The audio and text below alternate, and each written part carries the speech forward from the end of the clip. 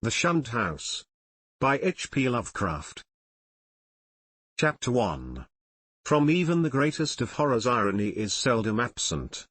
Sometimes it enters directly into the composition of the events, while sometimes it relates only to their fortuitous position among persons and places.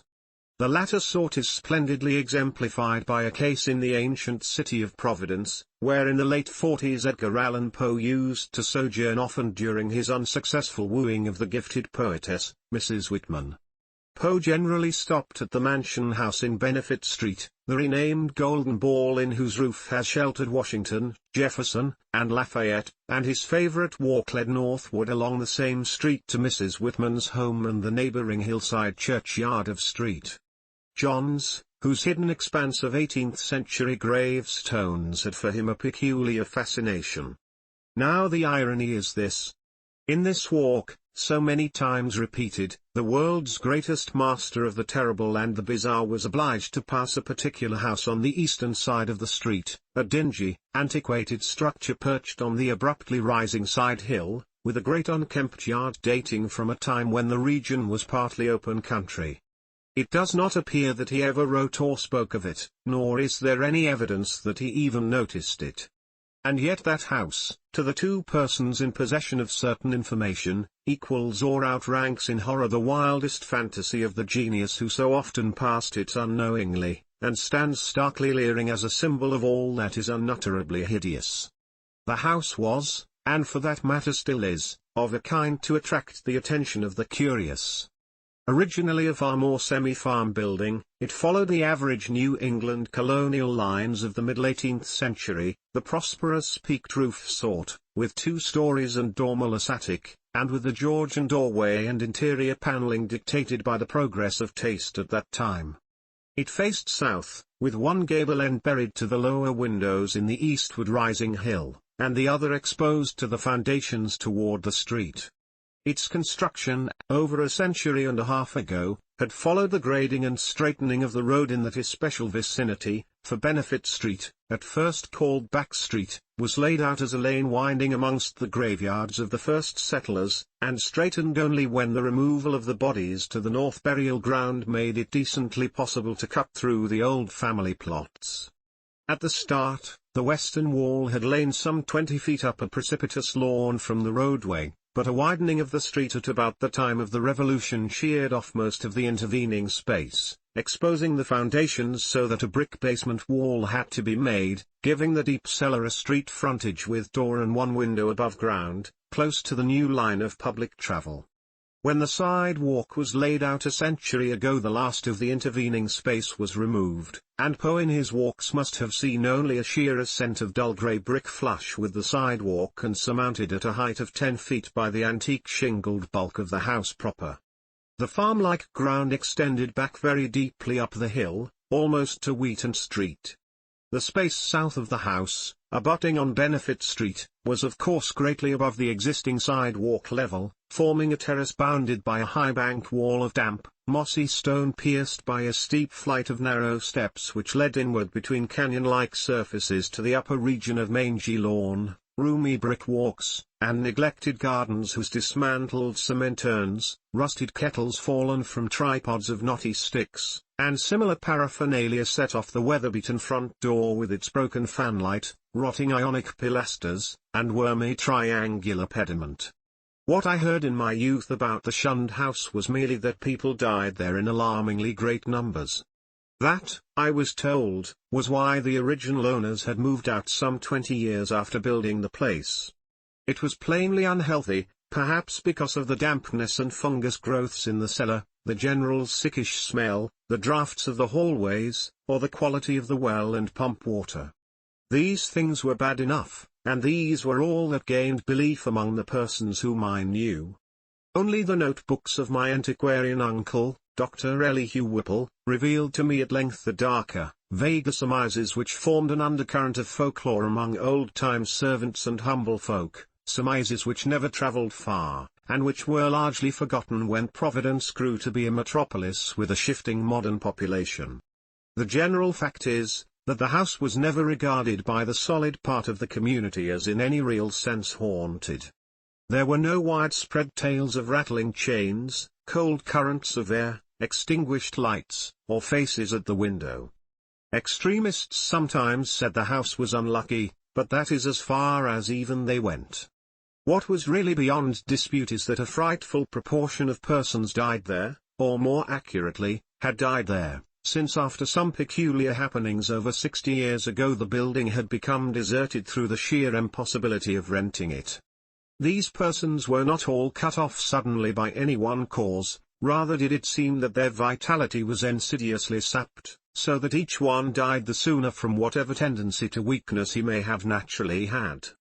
And those who did not die displayed in varying degree a type of anemia or consumption, and sometimes a decline of the mental faculties, which spoke ill for the salubriousness of the building. Neighboring houses, it must be added, seemed entirely free from the noxious quality. This much I knew before my insistent questioning led my uncle to show me the notes which finally embarked us both on our hideous investigation. In my childhood the Shunned House was vacant, with barren, gnarled and terrible old trees, long, queerly pale grass and nightmarishly misshapen weeds in the high terraced yard where birds never lingered.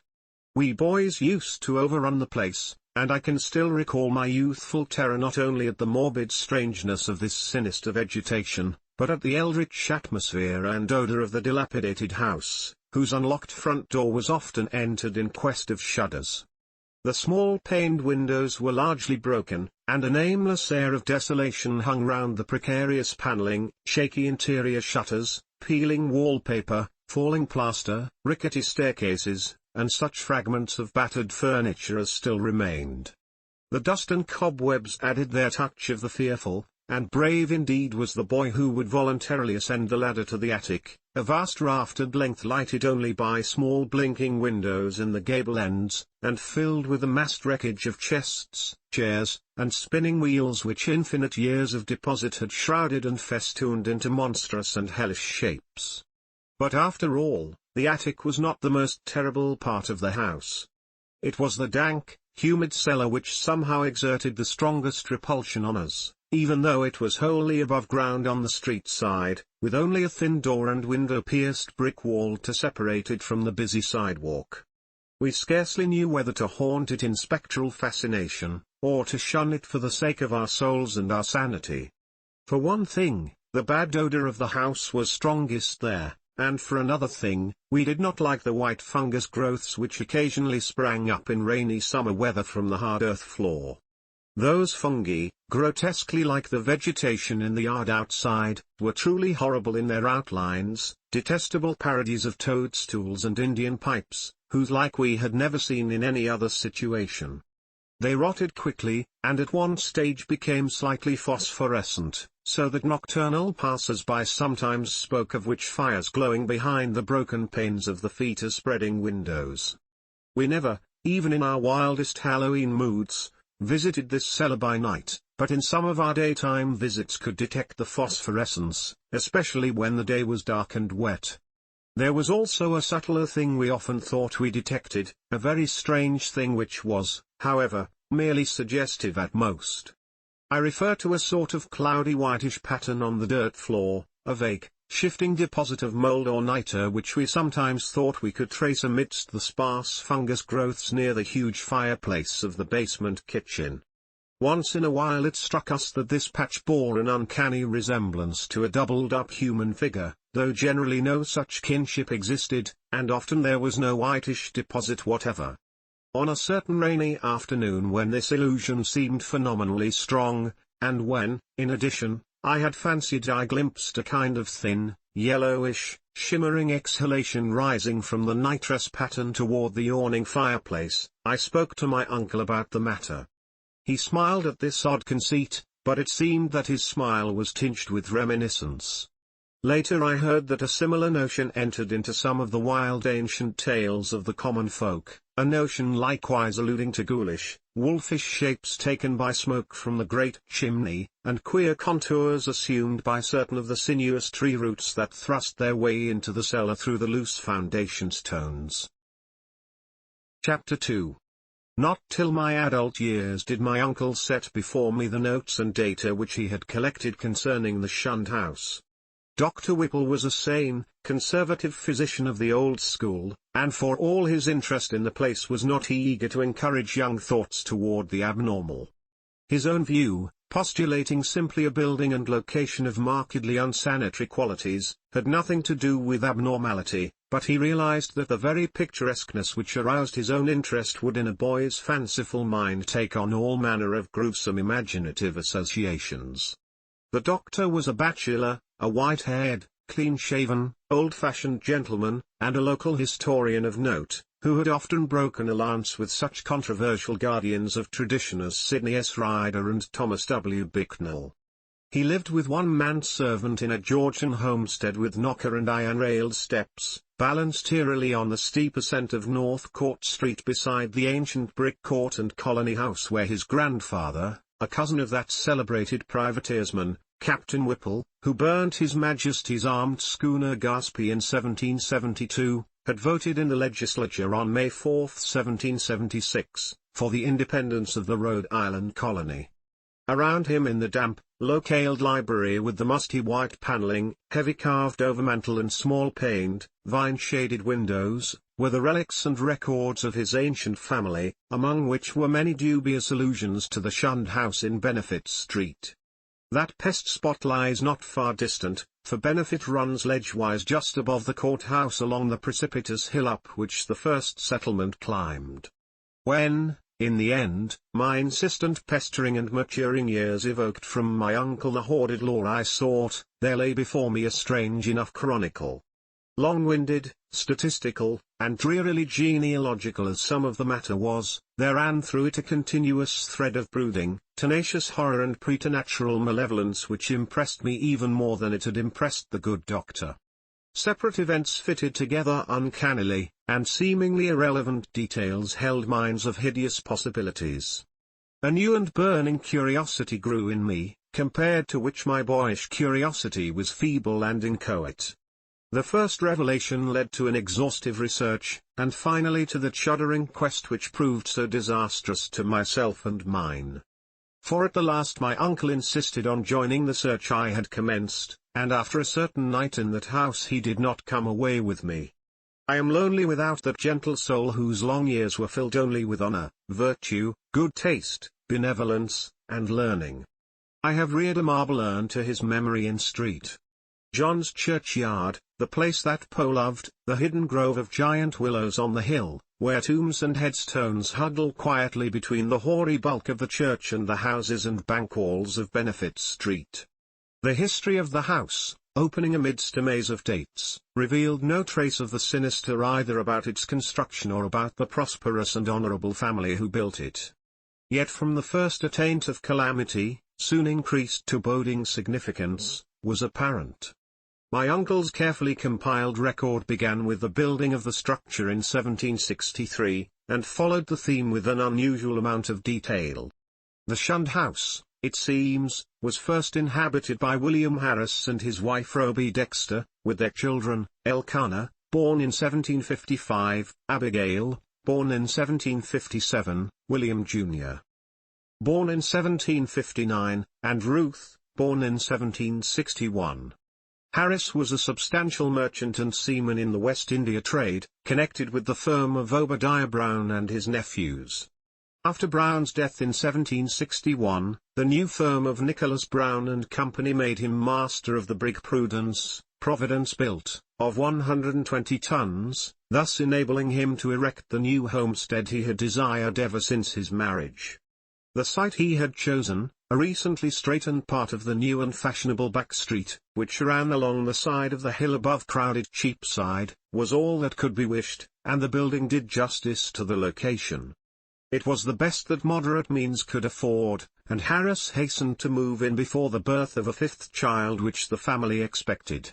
That child, a boy, came in December, but was stillborn. Nor was any child to be born alive in that house for a century and a half. The next April, sickness occurred among the children, and Abigail and Ruth died before the month was over. Dr. Job Ives diagnosed the trouble as some infantile fever, though others declared it was more of a mere wasting away or decline. It seemed, in any event, to be contagious, for Hannah Bowen, one of the two servants, died of it in the following June. Eli Lidison, the other servant, constantly complained of weakness, and would have returned to his father's farm in Rehoboth but for a sudden attachment for Mehitable Pierce, who was hired to succeed Hannah. He died the next year, a sad year indeed, since it marked the death of William Harris himself, enfeebled as he was by the climate of Martinique, where his occupation had kept him for considerable periods during the preceding decade. The widowed Roby Harris never recovered from the shock of her husband's death, and the passing of her firstborn Elkanah 2 years later was the final blow to her reason. In 1768 she fell victim to a mild form of insanity, and was thereafter confined to the upper part of the house, her elder maiden sister, Mercy Dexter, having moved in to take charge of the family. Mercy was a plain, raw-boned woman of great strength, but her health visibly declined from the time of her advent. She was greatly devoted to her unfortunate sister, and had an especial affection for her only surviving nephew William, who from a sturdy infant had become a sickly, spindling lad. In this year the servant Mehitable died, and the other servant, Preserved Smith, left without coherent explanation, or at least, with only some wild tales and a complaint that he disliked the smell of the place.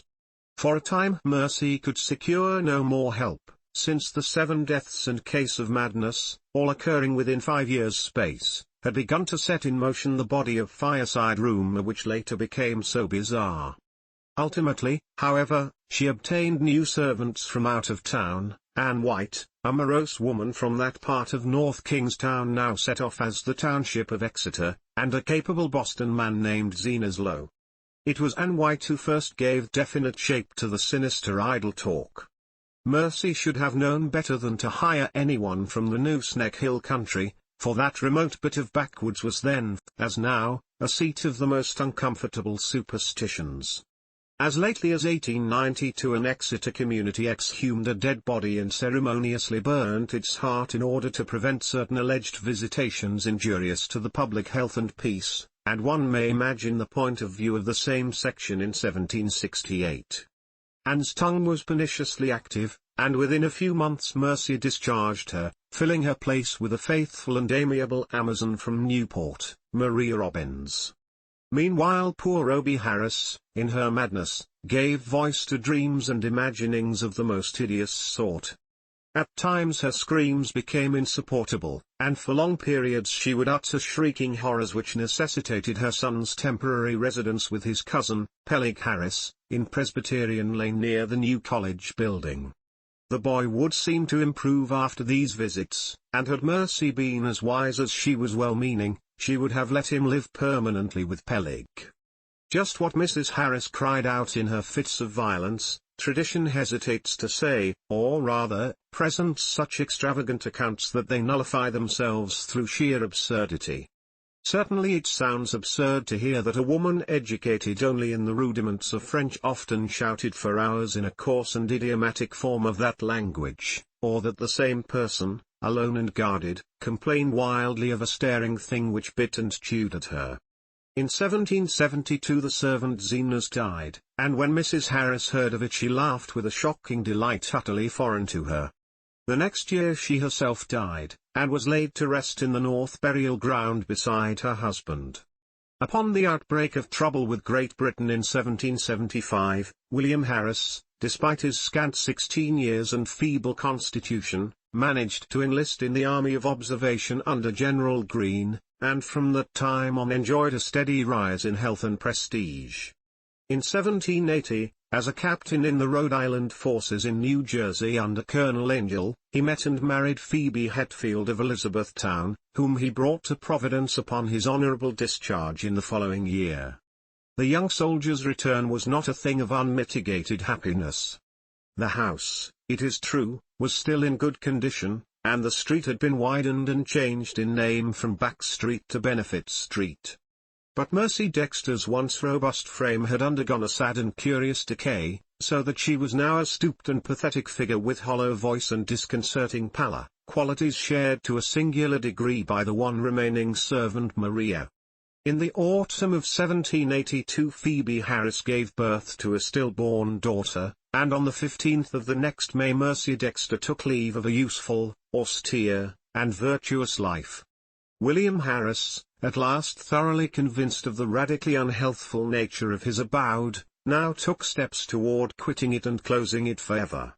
Securing temporary quarters for himself and his wife at the newly opened Golden Ball Inn, he arranged for the building of a new and finer house in Westminster Street, in the growing part of the town across the Great Bridge.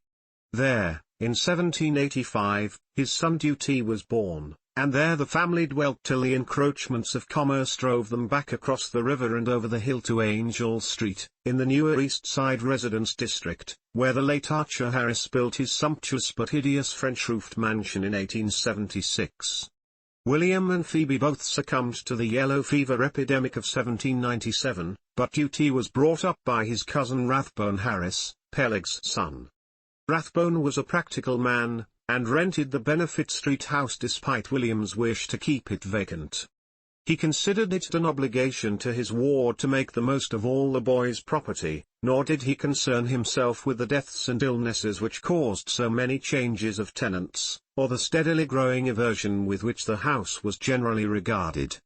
It is likely that he felt only vexation when, in 1804, the town council ordered him to fumigate the place with sulphur, tar, and gum camphor on account of the much-discussed deaths of 4 persons, presumably caused by the then diminishing fever epidemic. They said the place had a febrile smell. Duty himself thought little of the house, for he grew up to be a privateersman, and served with distinction on the Vigilant under Captain Cahoon in the War of 1812. He returned unharmed, married in 1814, and became a father on that memorable night of September 23, 1815, when a great gale drove the waters of the bay over half the town, and floated a tall sloop well up Westminster Street so that its masts almost tapped the Harris windows in symbolic affirmation that the new boy, Welcome, was a seaman's son. Welcome did not survive his father, but lived to perish gloriously at Fredericksburg in 1862. Neither he nor his son Archer knew of the Shunned House as other than a nuisance almost impossible to rent, perhaps on account of the mustiness and sickly odor of unkempt old age. Indeed, it never was rented after a series of deaths culminating in 1861, which the excitement of the war tended to throw into obscurity. Carrington Harris, last of the male line, knew it only as a deserted and somewhat picturesque center of legend until I told him my experience. He had meant to tear it down and build an apartment house on the site, but after my account decided to let it stand, install plumbing, and rent it. Nor has he yet had any difficulty in obtaining tenants. The horror has gone. Chapter 3. It may well be imagined how powerfully I was affected by the annals of the Harrises. In this continuous record there seemed to me to brood a persistent evil beyond anything in nature as I had known it, an evil clearly connected with the house and not with the family.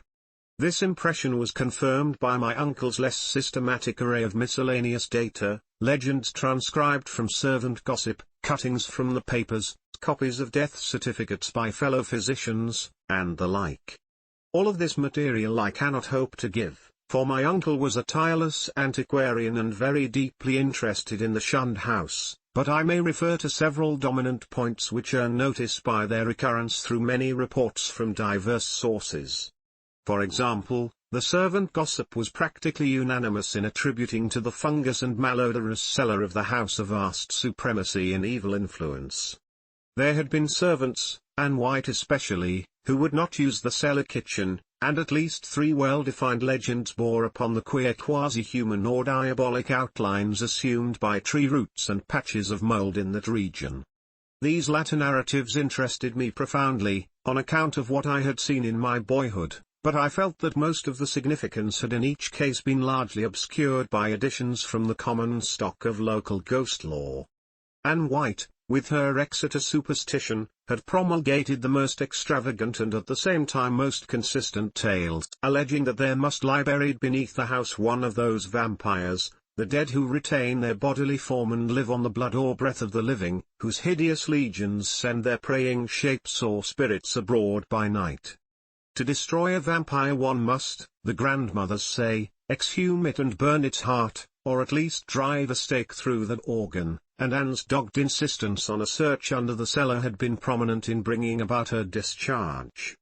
Her tales, however, commanded a wide audience, and were the more readily accepted because the house indeed stood on land once used for burial purposes.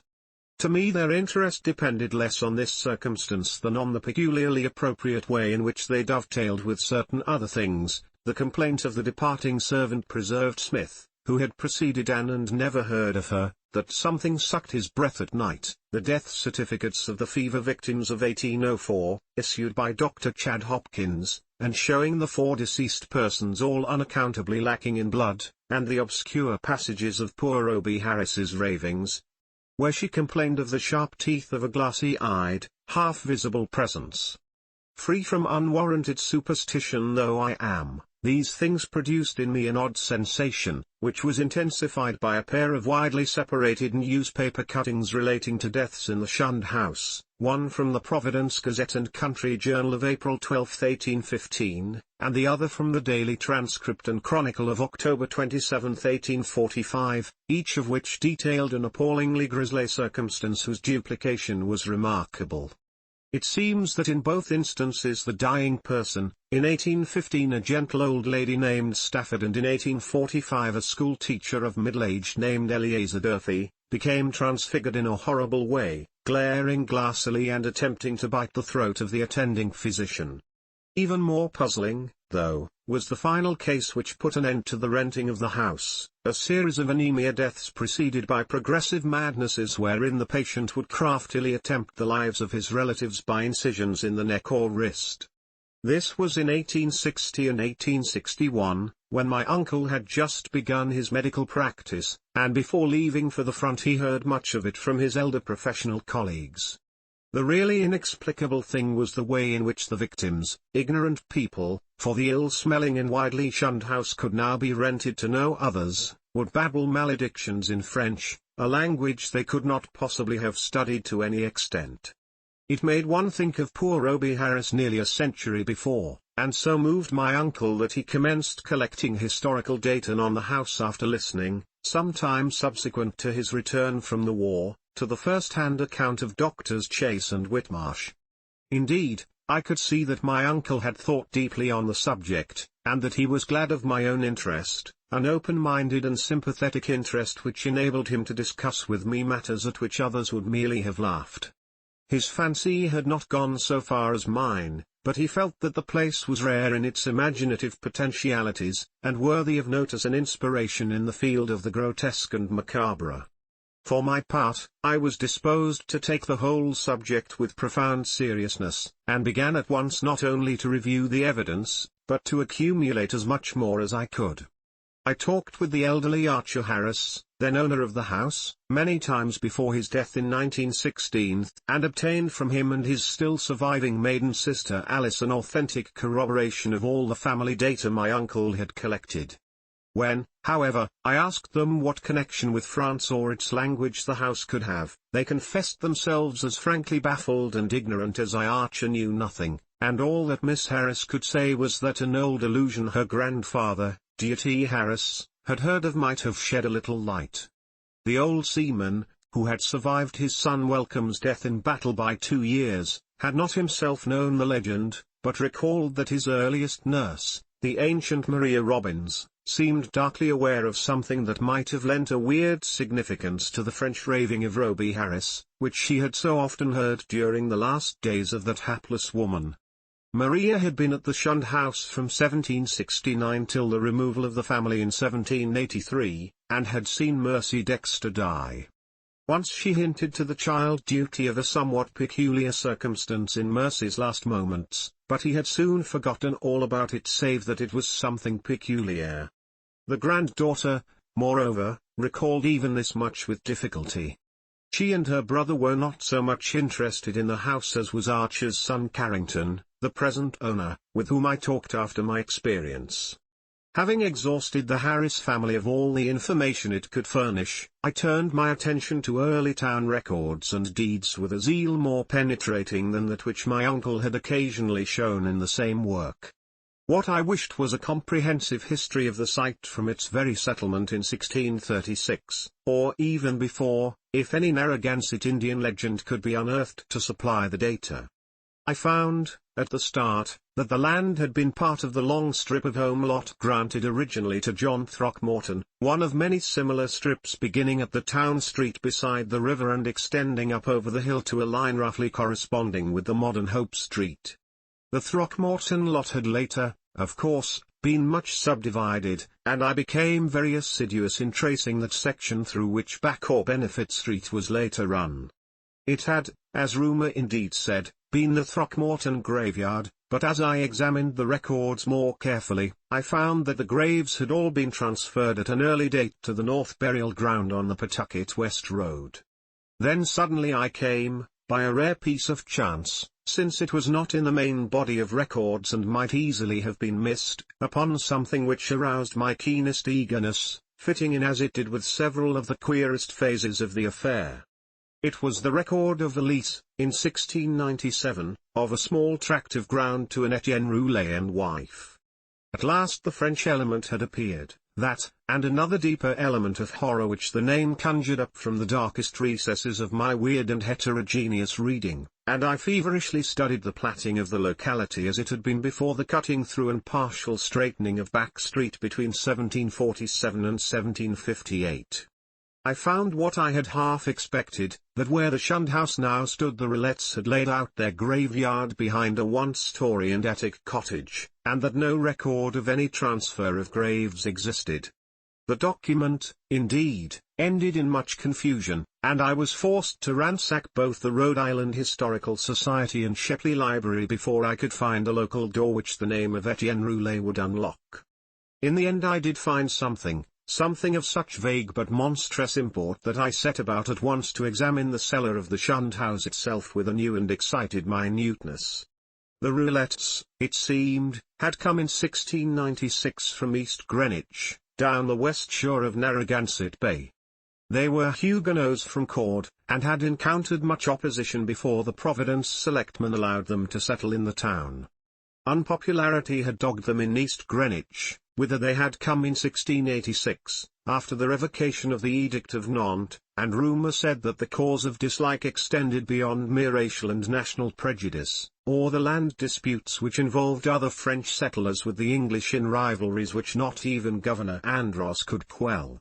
But their ardent Protestantism, too ardent, some whispered, and their evident distress when virtually driven from the village down the bay, had moved the sympathy of the town fathers. Here the strangers had been granted a haven, and the swarthy Etienne Roulet, less apt at agriculture than at reading queer books and drawing queer diagrams, was given a clerical post in the warehouse at Pardon Tillinghast's Wharf, far south in Town Street. There had, however, been a riot of some sort later on, perhaps 40 years later, after old Roulet's death, and no one seemed to hear of the family after that. For a century and more, it appeared, the Roulettes had been well remembered and frequently discussed as vivid incidents in the quiet life of a New England seaport. Etienne's son Paul, a surly fellow whose erratic conduct had probably provoked the riot which wiped out the family, was particularly a source of speculation, and though Providence never shared the witchcraft panics of her Puritan neighbors, it was freely intimated by old wives that his prayers were neither uttered at the proper time nor directed toward the proper object. All this had undoubtedly formed the basis of the legend known by old Maria Robbins. What relation it had to the French ravings of Roby Harris and other inhabitants of the Shunned House, imagination or future discovery alone could determine. I wondered how many of those who had known the legends realized that additional link with the terrible which my wider reading had given me, that ominous item in the annals of morbid horror which tells of the creature Jacques Roulet, of Cord, who in 1598 was condemned to death as a demoniac but afterward saved from the stake by the Paris Parliament and shut in a madhouse. He had been found covered with blood and shreds of flesh in a wood, shortly after the killing and rending of a boy by a pair of wolves. One wolf was seen to lope away unhurt. Surely a pretty hearthside tale, with a queer significance as to name and place, but I decided that the Providence gossips could not have generally known of it. Had they known, the coincidence of names would have brought some drastic and frightened action. Indeed, might not its limited whispering have precipitated the final riot which erased the Roulettes from the town? I now visited the accursed place with increased frequency, studying the unwholesome vegetation of the garden, examining all the walls of the building, and poring over every inch of the earthen cellar floor. Finally, with Carrington Harris's permission, I fitted a key to the disused door opening from the cellar directly upon Benefit Street, preferring to have a more immediate access to the outside world than the dark stairs, ground floor hall, and front door could give. There, where morbidity lurked most thickly, I searched and poked during long afternoons when the sunlight filtered in through the cobwebbed above-ground windows, and a sense of security glowed from the unlocked door which placed me only a few feet from the placid sidewalk outside. Nothing new rewarded my efforts, only the same depressing mustiness and faint suggestions of noxious odors and nitrous outlines on the floor, and I fancy that many pedestrians must have watched me curiously through the broken panes.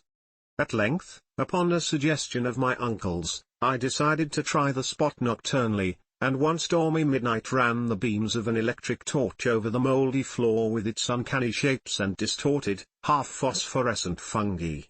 The place had dispirited me curiously that evening, and I was almost prepared when I saw, or thought I saw, amidst the whitish deposits a particularly sharp definition of the huddled form I had suspected from boyhood. Its clearness was astonishing and unprecedented, and as I watched I seemed to see again the thin, yellowish, shimmering exhalation which had startled me on the trainy afternoon so many years before. Above the anthropomorphic patch of mold by the fireplace it rose, a subtle, sickish, almost luminous vapor which as it hung trembling in the dampness seemed to develop vague and shocking suggestions of form, gradually trailing off into nebulous decay and passing up into the blackness of the great chimney with a fetor in its wake. It was truly horrible, and the more so to me because of what I knew of the spot. Refusing to flee, I watched it fade, and as I watched I felt that it was in turn watching me greedily with eyes more imaginable than visible. When I told my uncle about it he was greatly aroused, and after a tense hour of reflection, arrived at a definite and drastic decision. Weighing in his mind the importance of the matter, and the significance of our relation to it, he insisted that we both test, and if possible destroy, the horror of the house by a joint night or nights of aggressive vigil in that musty and fungus-cursed cellar. Chapter 4. On Wednesday, June 25, 1919, after a proper notification of Carrington Harris which did not include surmises as to what we expected to find, my uncle and I conveyed to the Shunned House 2 camp chairs and a folding camp cot, together with some scientific mechanism of greater weight and intricacy.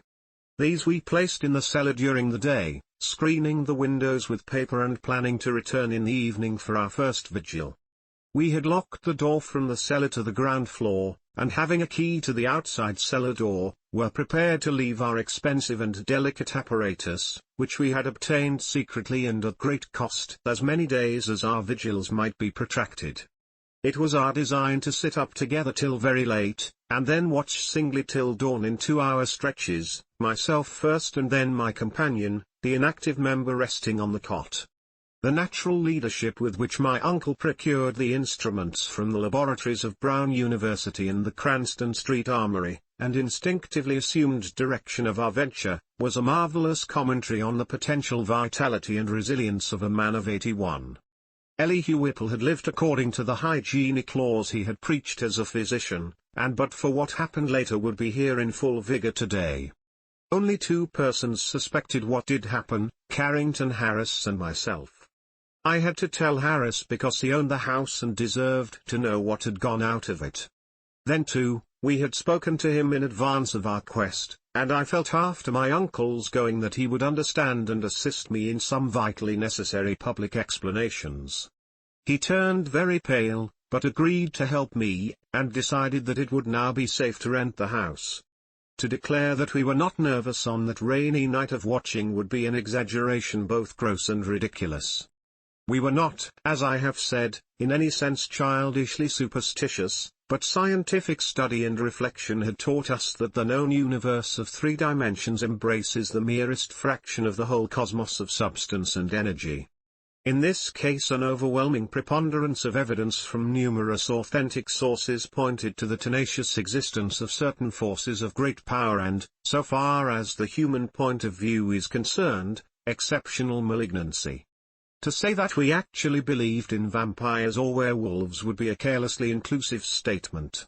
Rather must it be said that we were not prepared to deny the possibility of certain unfamiliar and unclassified modifications of vital force and attenuated matter, existing very infrequently in 3-dimensional space because of its more intimate connection with other spatial units, yet close enough to the boundary of our own to furnish us occasional manifestations which we, for lack of a proper vantage point, may never hope to understand. In short, it seemed to my uncle and me that an incontrovertible array of facts pointed to some lingering influence in the Shunned House, traceable to one or another of the ill-favored French settlers of 2 centuries before, and still operative through rare and unknown laws of atomic and electronic motion. That the family of Roulet had possessed an abnormal affinity for outer circles of entity, dark spheres which for normal folk hold only repulsion and terror, their recorded history seemed to prove. Had not, then, the riots of those bygone 1730s set moving certain kinetic patterns in the morbid brain of one or more of them, notably the sinister Paul Roulet, which obscurely survived the bodies murdered and buried by the mob, and continued to function in some multiple dimension space along the original lines of force determined by a frantic hatred of the encroaching community? Such a thing was surely not a physical or biochemical impossibility in the light of a newer science which includes the theories of relativity and intraatomic action. One might easily imagine an alien nucleus of substance or energy, formless or otherwise, kept alive by imperceptible or immaterial subtractions from the life force or bodily tissue and fluids of other and more palpably living things into which it penetrates and with whose fabric it sometimes completely merges itself. It might be actively hostile, or it might be dictated merely by blind motives of self-preservation. In any case, such a monster must of necessity be in our scheme of things an anomaly and an intruder, whose extirpation forms a primary duty with every man not an enemy to the world's life, health, and sanity. What baffled us was our utter ignorance of the aspect in which we might encounter the thing. No sane person had ever seen it, and few had ever felt it definitely. It might be pure energy, a form ethereal and outside the realm of substance, or it might be partly material, some unknown and equivocal mass of plasticity, capable of changing at will to nebulous approximations of the solid, liquid, gaseous, or tenuously unparticled states. The anthropomorphic patch of mold on the floor, the form of the yellowish vapor, and the curvature of the tree roots in some of the old tales, all argued at least a remote and reminiscent connection with the human shape. But how representative or permanent that similarity might be, none could say with any kind of certainty. We had devised 2 weapons to fight it, a large and specially fitted Crookes tube operated by powerful storage batteries and provided with peculiar screens and reflectors, in case it proved intangible and opposable only by vigorously destructive ether radiations, and a pair of military flame-throwers of the sort used in the World War, in case it proved partly material and susceptible of mechanical destruction, for like the superstitious Exeter rustics, we were prepared to burn the thing's heart out if heart existed to burn. All this aggressive mechanism we set in the cellar in positions carefully arranged with reference to the cotton chairs, and to the spot before the fireplace where the mold had taken strange shapes. That suggestive patch, by the way, was only faintly visible when we placed our furniture and instruments, and when we returned that evening for the actual vigil. For a moment I half doubted that I had ever seen it in the more definitely limbed form, but then I thought of the legends. Our cellar vigil began at 10 p.m., daylight saving time, and as it continued we found no promise of pertinent developments. A week, filtered glow from the rain-harassed street lamps outside, and a feeble phosphorescence from the detestable fungi within, showed the dripping stone of the walls, from which all traces of whitewash had vanished, the dank, fetid and mildew-tainted hard earth floor with its obscene fungi, the rotting remains of what had been stools, chairs, and tables, and other more shapeless furniture, the heavy planks and massive beams of the ground floor overhead, the decrepit plank door leading to bins and chambers beneath other parts of the house, the crumbling stone staircase with ruined wooden handrail, and the crude and cavernous fireplace of blackened brick where rusted iron fragments revealed the past presence of hooks, andirons, spit, crane, and a door to the Dutch oven. These things, and our austere cotton camp chairs, and the heavy and intricate destructive machinery we had brought. We had, as in my own former explorations, left the door to the street unlocked, so that a direct and practical path of escape might lie open in case of manifestations beyond our power to deal with. It was our idea that our continued nocturnal presence would call forth whatever malign entity lurked there, and that being prepared, we could dispose of the thing with one or the other of our provided means as soon as we had recognized and observed it sufficiently. How long it might require to evoke and extinguish the thing, we had no notion. It occurred to us, too, that our venture was far from safe, for in what strength the thing might appear no one could tell. But we deemed the game worth the hazard, and embarked on it alone and unhesitatingly, conscious that the seeking of outside aid would only expose us to ridicule and perhaps defeat our entire purpose. Such was our frame of mind as we talked, far into the night, till my uncle's growing drowsiness made me remind him to lie down for his 2-hour sleep. Something like fear chilled me as I sat there in the small hours alone. I say alone, for one who sits by a sleeper is indeed alone, perhaps more alone than he can realize. My uncle breathed heavily, his deep inhalations and exhalations accompanied by the rain outside, and punctuated by another nerve-wracking sound of distant dripping water within, for the house was repulsively damp even in dry weather, and in this storm positively swamp-like. I studied the loose, antique masonry of the walls in the fungus light and the feeble rays which stole in from the street through the screened window, and once, when the noisome atmosphere of the place seemed about to sicken me, I opened the door and looked up and down the street, feasting my eyes on familiar sights and my nostrils on wholesome air. Still nothing occurred to reward my watching, and I yawned repeatedly, fatigue getting the better of apprehension. Then the stirring of my uncle in his sleep attracted my notice. He had turned restlessly on the cot several times during the latter half of the first hour, but now he was breathing with unusual irregularity, occasionally heaving a sigh which held more than a few of the qualities of a choking moan. I turned my electric flashlight on him and found his face averted, so rising and crossing to the other side of the cot, I again flashed the light to see if he seemed in any pain. What I saw unnerved me most surprisingly, considering its relative triviality. It must have been merely the association of any odd circumstance with the sinister nature of our location and mission, for surely the circumstance was not in itself frightful or unnatural. It was merely that my uncle's facial expression, disturbed no doubt by the strange dreams which our situation prompted, betrayed considerable agitation, and seemed not at all characteristic of him. His habitual expression was one of kindly and well-bred calm, whereas now a variety of emotions seemed struggling within him. I think, on the whole, that it was this variety which chiefly disturbed me. My uncle, as he gasped and tossed in increasing perturbation and with eyes that had now started open, seemed not one but many men, and suggested a curious quality of alienage from himself. All at once he commenced to mutter, and I did not like the look of his mouth and teeth as he spoke. The words were at first indistinguishable, and then, with a tremendous start, I recognized something about them which filled me with icy fear till I recalled the breadth of my uncle's education and the interminable translations he had made from anthropological and antiquarian articles in the Revue des Deux Mondes. For the venerable Elihu Whipple was muttering in French, and the few phrases I could distinguish seemed connected with the darkest myths he had ever adapted from the famous Paris magazine. Suddenly a perspiration broke out on the sleeper's forehead, and he leapt abruptly up, half awake. The jumble of French changed to a cry in English, and the hoarse voice shouted excitedly, "My breath, my breath." Then the awakening became complete, and with a subsidence of facial expression to the normal state, my uncle seized my hand and began to relate a dream whose nucleus of significance I could only surmise with a kind of awe. He had, he said, floated off from a very ordinary series of dream pictures into a scene whose strangeness was related to nothing he had ever read. It was of this world, and yet not of it, a shadowy geometrical confusion in which could be seen elements of familiar things in most unfamiliar and perturbing combinations.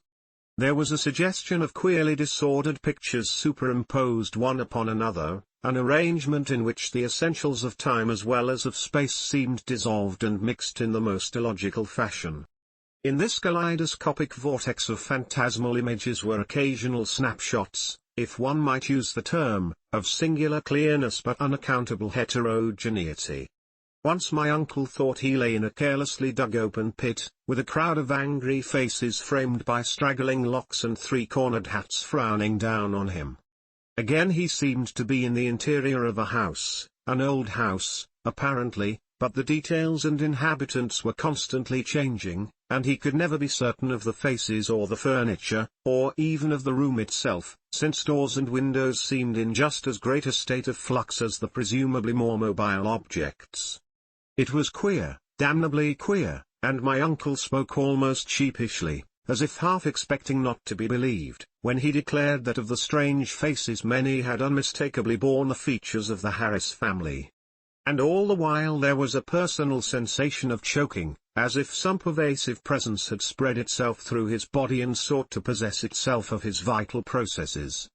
I shuddered at the thought of those vital processes, worn as they were by 81 years of continuous functioning, in conflict with unknown forces of which the youngest and strongest system might well be afraid, but in another moment reflected that dreams are only dreams, and that these uncomfortable visions could be, at most, no more than my uncle's reaction to the investigations and expectations which had lately filled our minds to the exclusion of all else. Conversation, also, soon tended to dispel my sense of strangeness, and in time I yielded to my yawns and took my turn at slumber. My uncle seemed now very wakeful, and welcomed his period of watching even though the nightmare had aroused him far ahead of his allotted 2 hours. Sleep seized me quickly, and I was at once haunted with dreams of the most disturbing kind. I felt, in my visions, a cosmic and abysmal loneness, with hostility surging from all sides upon some prison where I lay confined. I seemed bound and gagged, and taunted by the echoing yells of distant multitudes who thirsted for my blood. My uncle's face came to me with less pleasant association than in waking hours, and I recall many futile struggles and attempts to scream. It was not a pleasant sleep, and for a second I was not sorry for the echoing shriek which clove through the barriers of dream and flung me to a sharp and startled awakeness in which every actual object before my eyes stood out with more than natural clearness and reality. Chapter 5. I had been lying with my face away from my uncle's chair, so that in this sudden flash of awakening I saw only the door to the street, the window, and the wall and floor and ceiling toward the north of the room, all photographed with morbid vividness on my brain in a light brighter than the glow of the fungi or the rays from the street outside. It was not a strong or even a fairly strong light, certainly not nearly strong enough to read an average book by. But it cast a shadow of myself and the cot on the floor, and had a yellowish, penetrating force that hinted at things more potent than luminosity. This I perceived with unhealthy sharpness despite the fact that 2 of my other senses were violently assailed. For on my ears rang the reverberations of that shocking scream, while my nostrils revolted at the stench which filled the place. My mind, as alert as my senses, recognized the gravely unusual, and almost automatically I leapt up and turned about to grasp the destructive instruments which we had left trained on the mouldy spot before the fireplace. As I turned, I dreaded what I was to see, for the scream had been in my uncle's voice, and I knew not against what menace I should have to defend him and myself. Yet after all, the sight was worse than I had dreaded. There are horrors beyond horrors, and this was one of those nuclei of all dreamable hideousness which the cosmos saves to blast an accursed and unhappy few. Out of the fungus-ridden earth steamed up a vaporous corpse-light, yellow and diseased, which bubbled and lapped to a gigantic height in vague outlines half human and half monstrous, through which I could see the chimney and fireplace beyond. It was all eyes, wolfish and mocking, and the rugous insect-like head dissolved at the top to a thin stream of mist which curled putridly about and finally vanished up the chimney.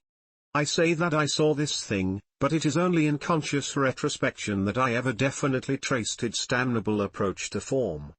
At the time, it was to me only a seething, dimly phosphorescent cloud of fungus loathsomeness, enveloping and dissolving to an abhorrent plasticity the one object on which all my attention was focused.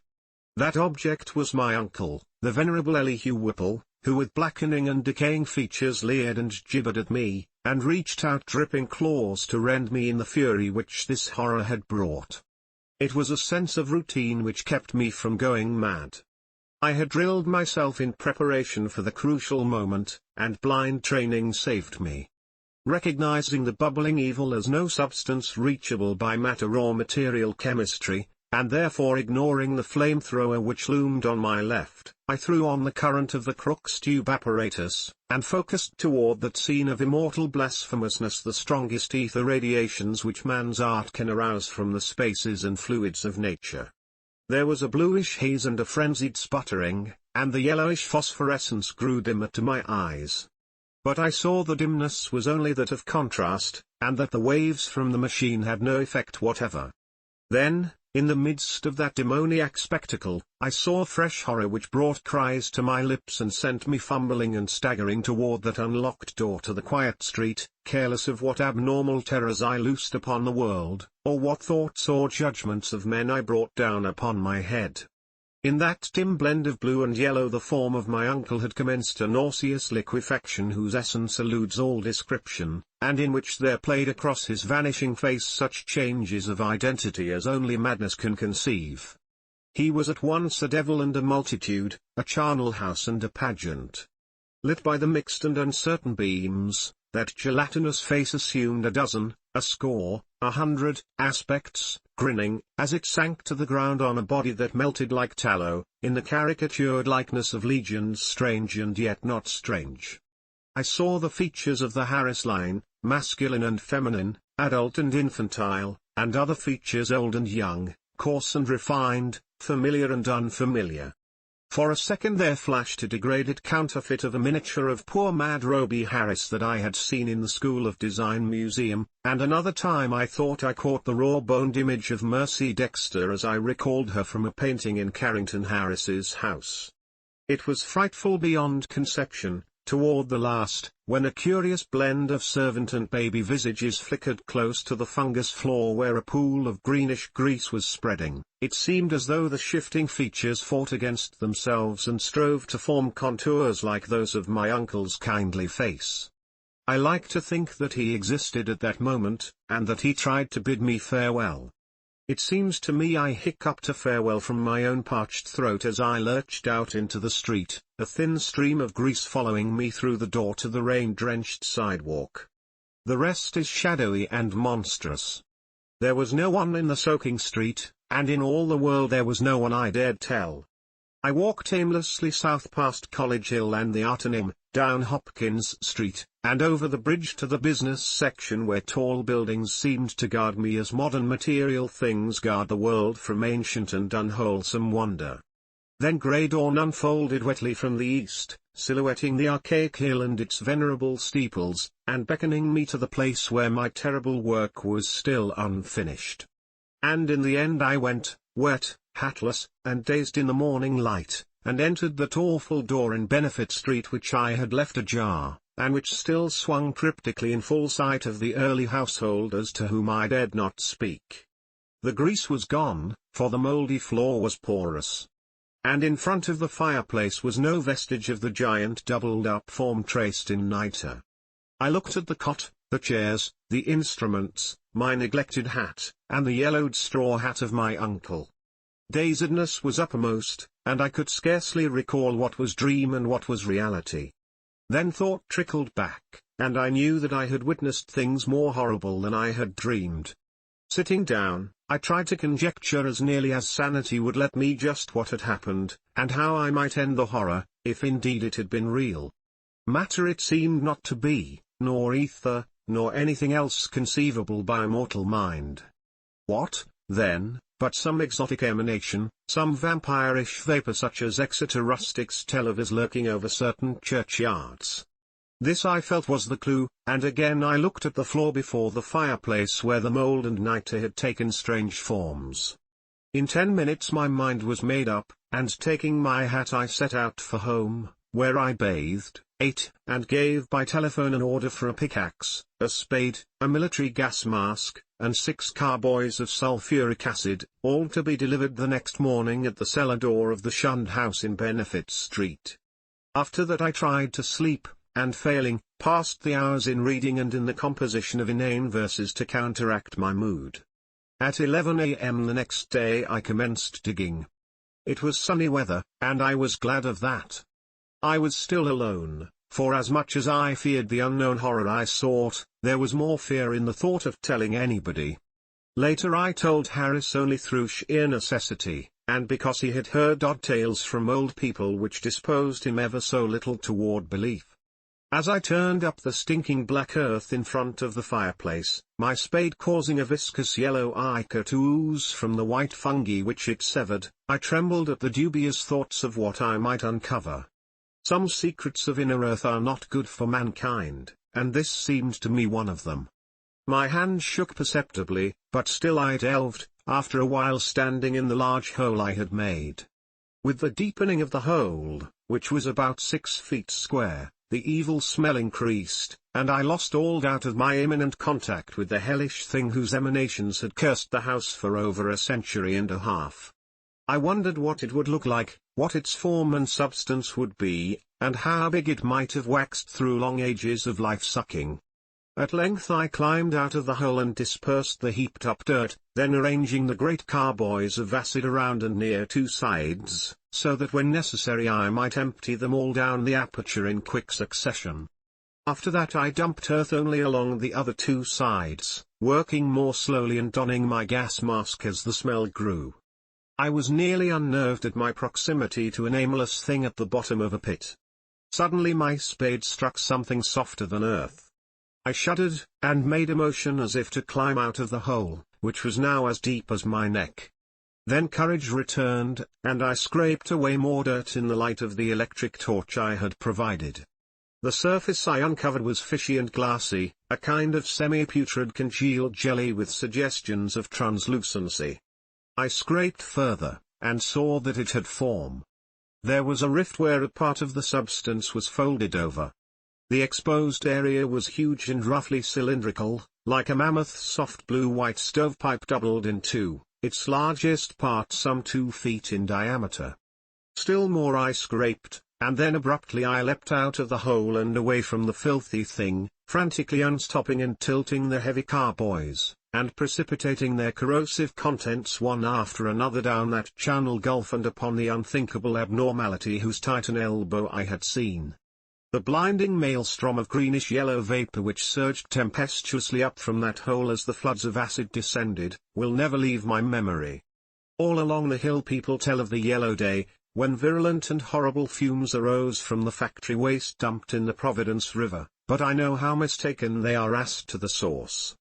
They tell, too, of the hideous roar which at the same time came from some disordered water pipe or gas main underground, but again I could correct them if I dared. It was unspeakably shocking, and I do not see how I lived through it. I did faint after emptying the 4th carboy, which I had to handle after the fumes had begun to penetrate my mask, but when I recovered I saw that the hole was emitting no fresh vapors. The 2 remaining carboys I emptied down without particular result, and after a time I felt it safe to shovel the earth back into the pit. It was twilight before I was done, but fear had gone out of the place.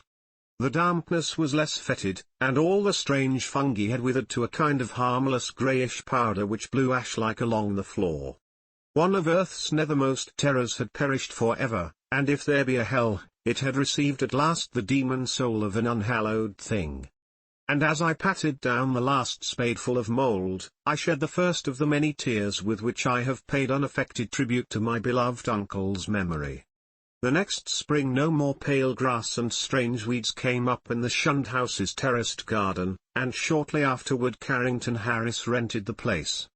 It is still spectral, but its strangeness fascinates me, and I shall find mixed with my relief a queer regret when it is torn down to make way for a tawdry shop or vulgar apartment building. The barren old trees in the yard have begun to bear small, sweet apples, and last year the birds nested in their gnarled boughs.